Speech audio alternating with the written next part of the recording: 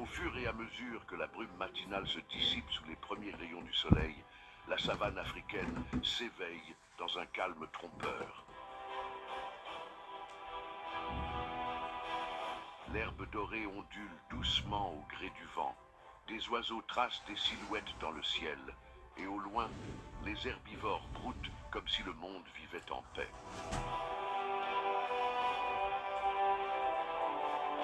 Mais cette sérénité n'est que la surface d'une réalité brutale.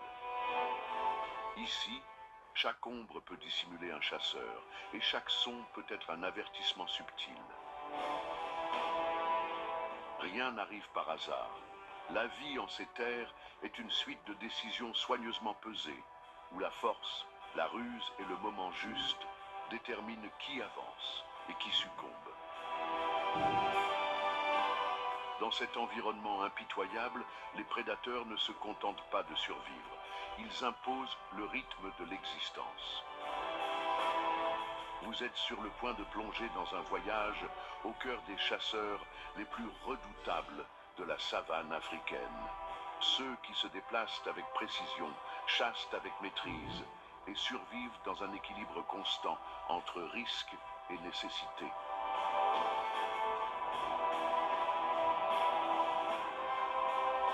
Si vous aimez les documentaires de ce genre, profitez-en maintenant pour aimer la vidéo, vous abonner à la chaîne et activer la cloche des notifications afin de ne manquer aucun de nos prochains épisodes.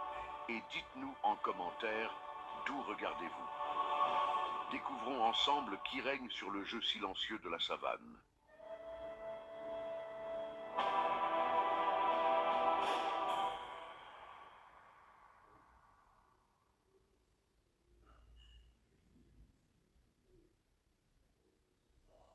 La journée commence à peine, et au cœur de la savane, le silence est rompu par des pas assurés.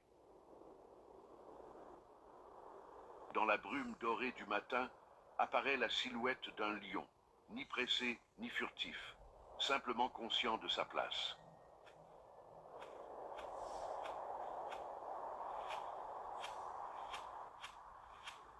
Mesurant plus de 2 mètres de long et pesant jusqu'à 220 kg, il n'a nul besoin de se cacher. Sa présence est une déclaration.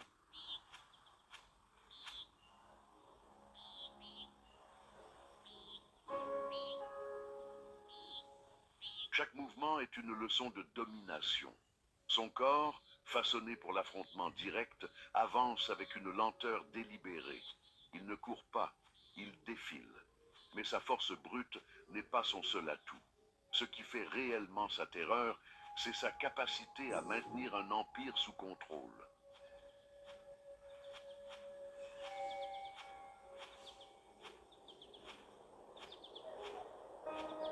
Un mâle adulte n'est pas seulement puissance, il est patrouilleur, juge et menace incarnée. Son rugissement peut être entendu jusqu'à 8 km. Un avertissement à quiconque oserait s'approcher.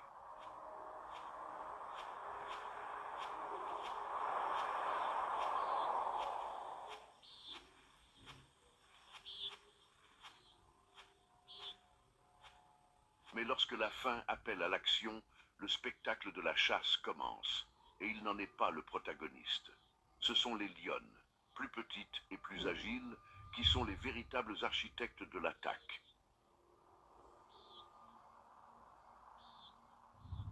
Elles agissent en silence, avec des gestes à peine perceptibles. Chacune connaît son rôle. L'une se positionne à l'avant, une autre flanque par le côté, la troisième ferme la marche. La proie, souvent une antilope ou un jeune gnou, ne réalise qu'elle est encerclée qu'au moment du coup fatal.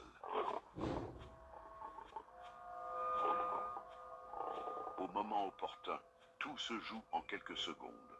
Un bond, un fracas dans l'herbe et une morsure précise à la gorge mettent fin à toute tentative de fuite. Le repas est assuré, mais il a un prix.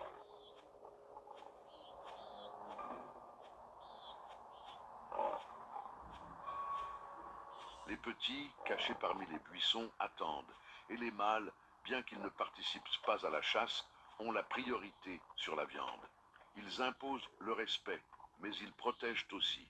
Lorsqu'un intrus approche, il n'y a pas de négociation. Les affrontements entre mâles rivaux sont brutaux, brefs et souvent mortels.